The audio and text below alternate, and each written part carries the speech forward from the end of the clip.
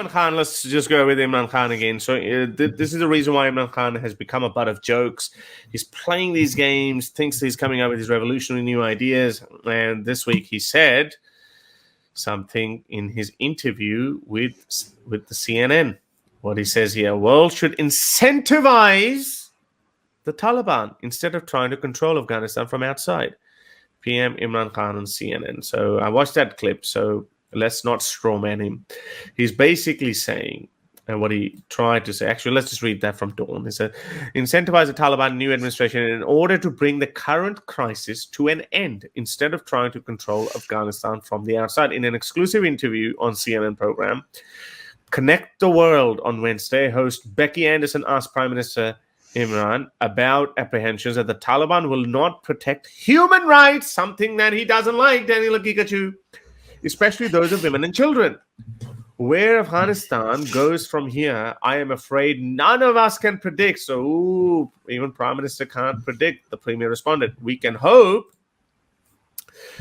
that, and pray is not going to help, that there is peace after 40 years, that the Taliban, what they have said, that they want an inclusive government, they want women's rights in their own context, which means no rights as well, or rights that Islam gives. And Imran Khan is okay with that. Women rights that we have seen the photos of, women are just, being treated like basically a flock of sheep, cattle, animals. Like cattle.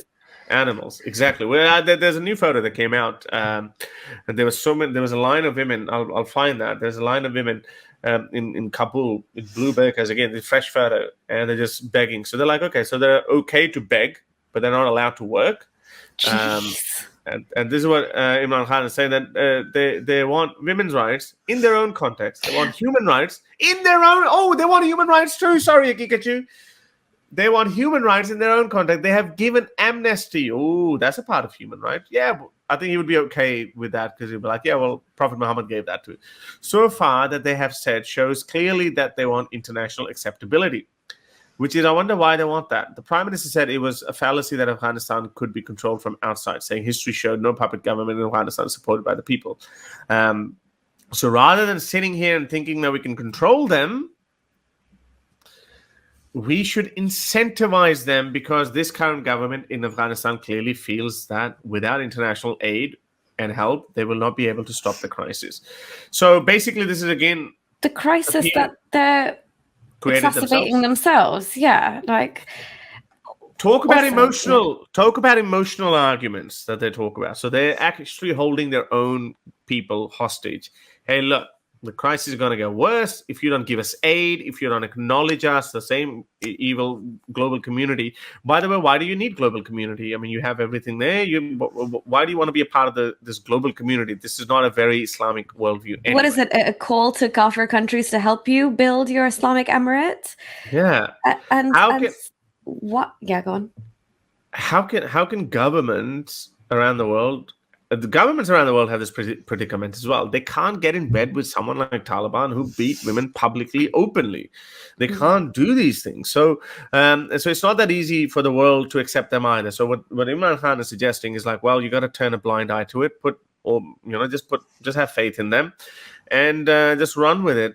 But and also, why would I was also thinking, the Taliban have made some statements recently that they've said that China is going to be the natural ally, which is the most godless country that's literally torturing these poor Uyghur Muslims. They're going to be an ally.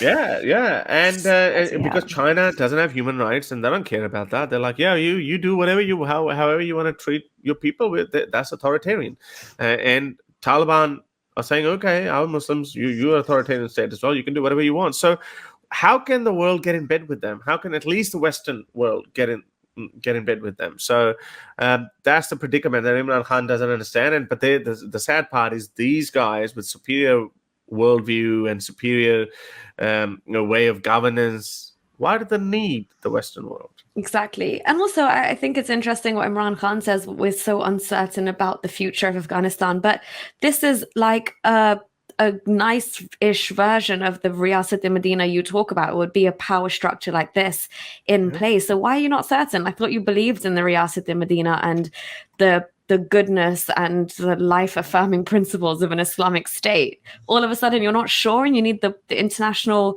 community to help you rebuild it. Islam should, and like in all, like according to everything he says, should be good enough to function on its own. Yes, humanitarian reasons we will interject and call on the international community because Islam can't safeguard those. But other than that, your system's meant to be perfect. So yeah, and another takeaway from this is that they are basically trying to hold their own country hostage. Hey, look, if you don't help us, sorry, the human rights are going to be violated of our own people. Yeah, so what kind of that? You're holding your own people collateral. It's and we're supposed to feel sorry, and which is again, this is appealing to emotions. Which is again, yes. There would be Western powers would still come in, and they're still trying to look at it, and they would still try to make sure that Afghan people don't suffer. But these guys just don't understand it. But anyway, it's like feeding the snake, and sometimes. But I can't give out a statement. I can't say abandon the Afghan people. This is why I actually said it, that maybe we have no choice. Maybe we have to deal with Taliban, because if you give them something, then you might be able to control them a little bit as well. And they have shown enough as they're trying to show that we want to, we want international community support. Then and we are willing to, mend our ways. We're not going to be like how we were. Yeah, we're not going to be how we used to be in the 90s. So that shows that, okay, if you do give them something, they might act a bit differently. So I mean, I don't think they'd act differently, but I just think, from a humanitarian perspective, you've got to look at that, and that's the top priority. But as far as trusting them, they're sure they'll pay lip service to get the help that they need.